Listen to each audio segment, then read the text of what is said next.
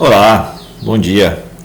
Hoje eu vou falar sobre um projeto de Machine Learning que eu fiz para o Instituto HBR, uma capacitação em IA, onde eu utilizo uma rede neural para prever os valores da razão tensorial escalar, que é um parâmetro cosmológico muito importante usado para inferir a existência de ondas gravitacionais primordiais. Essas ondas gravitacionais primordiais, elas seriam geradas no início do universo, logo após o Big Bang. Você teria um período de expansão acelerada, exponencialmente acelerada. Esse período é denominado de inflação. Então essas ondas gravitacionais primordiais seriam geradas ali. O universo então rapidamente entra numa fase de expansão, não expansão, mas expansão desacelerada, agora governado por radiação. Então você tem um plasma de partículas ali, todas interagindo de forma muito energética, né? A energia é muito alta, mas o universo continua se expandindo, então ele se resfria, né? Chega um momento em que os fótons e elétrons e outras partículas que estavam ali começam a se desacoplar, a matéria começa a se formada e a radiação se propaga de forma livre. Essa seria a radiação cósmica de fundo, onde ela foi gerada, né? Essa radiação cósmica de fundo é observada hoje em dia, em todas as direções do céu. Ela tem um espectro, uma intensidade muito homogênea isotrópica, próxima de homogênea isotrópica, pequenas flutuações, muito pequenas. Então, essa luz chega até nós hoje em dia, a gente consegue medir ela em várias direções e consegue calcular o espectro de potências. Então, ele basicamente mede a função de correlação. Se eu olho para duas direções do céu distintas, eu consigo medir se elas estão correlacionadas ou não, né? E tendo essa função, eu consigo expandir, dado que é homogênea isotrópica, eu consigo expandir em harmônicos esféricos. Os coeficientes desses harmônicos esféricos é que serão utilizados como features nesse modelo que a gente criou. O parâmetro R seria o que mede de fato a existência de ondas gravitacionais primordiais, a razão tensorial escalar. A parte tensorial seriam as perturbações na métrica do espaço-tempo. Essas perturbações na métrica do espaço-tempo, de acordo com a teoria, geram um imprint, deixam um sinal, uma assinatura ali na polarização dessa onda, dessa radiação cósmica de fundo que chega até nós. Então a gente vai usar dados da polarização da radiação cósmica de fundo como sendo features e vamos prever o R. O R, no caso, nunca foi medido, então a gente vai usar dados simulados, tá bom? Dados de simulação serão usados para a gente como target. Do ponto de vista de organização do projeto, são 7 notebooks, tenho 2.1 aqui, por isso são 7. A estrutura do Kedro foi usada para a organização de pastas. Dentro da pasta 01 RAW, você coloca a pasta targets com o arquivo de targets, e o wider tem vários arquivos aqui das simulações. Então é mais complexo, mas tem que ser posto dentro da pasta wider para que esse notebook rode sem nenhum erro, tá certo? Uma vez que você tem os dados do target e da simulação, você tem que explorar. Então a gente explora e junta os dados. São duas colunas, cada arquivo tem duas colunas, uma para o CLE e outra para o CLB. O que a gente vai usar aqui é só o CLB, mas para esse tratamento é importante, facilita fazer tudo junto e depois separar. Então foi isso que foi feito. Junta-se todos os dados.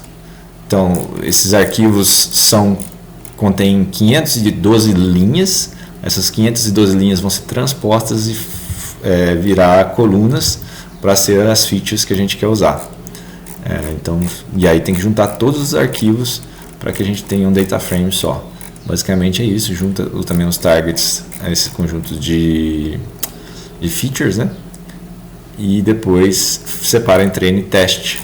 Então essas funções aqui são todas para separar entre treino e teste, e a gente salva tanto para os modos E quanto para os modos B de polarização da luz, mas a gente só vai utilizar os modos B nesse projeto. Tá bom? No notebook 1 a gente faz o teste, então remove duplicados ou verifica a existência de dados nulos, tipos de colunas, se tem alguma coluna categórica ou não, verifica se os dados estão normalizados, né? Então procedimento padrão tanto para o treino quanto para o teste. Esses dados foram fornecidos pela Camila Novaes, uma grande amiga e hoje é professora do INPE de Astrofísica, e forneceu esses dados. Ela já havia me dito que estavam limpos, mas é sempre bom explorar e fazer esse tipo de checagem antes de começar qualquer modelagem. A modelagem então começa no notebook 2, tanto o 2, 2.1, o 3 e o 4 são a modelagem. Nessa primeira modelagem não foi feita nenhuma seleção de features e nenhuma criação de features, simplesmente a gente fornece todas as features para a rede neural e deixa ela derivar e achar o resultado, né? Tem a normalização dos dados, tem a rede de parâmetros aqui, hiperparâmetros, para ser explorada pelo método do Having Random Search, que a gente usou para fazer a modelagem, né? Então ele faz a validação cruzada e também explora o espaço de hiperparâmetros. Teve esse group k-fold aqui que foi importante usar, porque os dados são, de certa forma, um pouco complexos, porque para cada valor de R tem 10 valores de features diferentes. A ideia era simular o ruído em observações reais, né?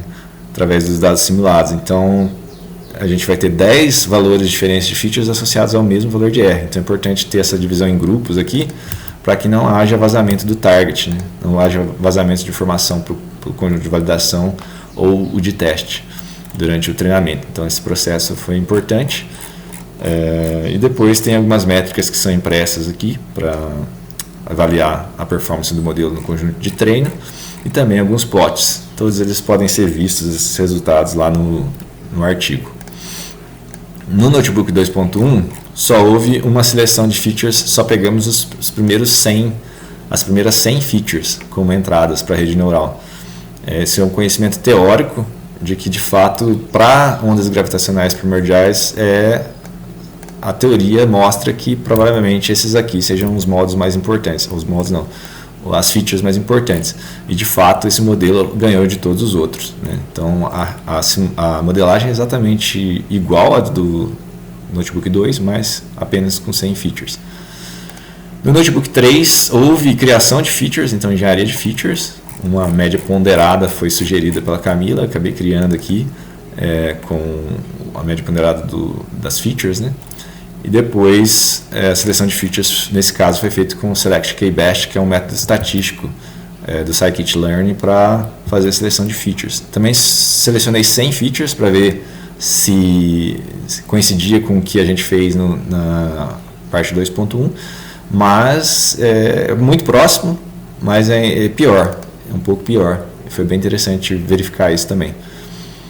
O resto da modelagem segue de forma exatamente igual. No Notebook 4 também a engenharia de features foi feita, exatamente a mesma feature é criada, só ela, só que a seleção de features é feita com um modelo laço, que é uma regressão linear que pune os coeficientes das features que têm menos importância, de acordo com esse modelo. Então ela seleciona, no caso ela seleciona 347 das 511 features e, enfim, acabou sendo pior também, um resultado bem ruim. No caso dos 5, a gente aplica no conjunto de teste, verifica se tem algum underfitting ou overfitting, aplica sobre todos os modelos, né? Tem todo o tratamento no conjunto de teste que foi feito no conjunto de treino, também é feito no teste, e depois aplica se faz a inferência.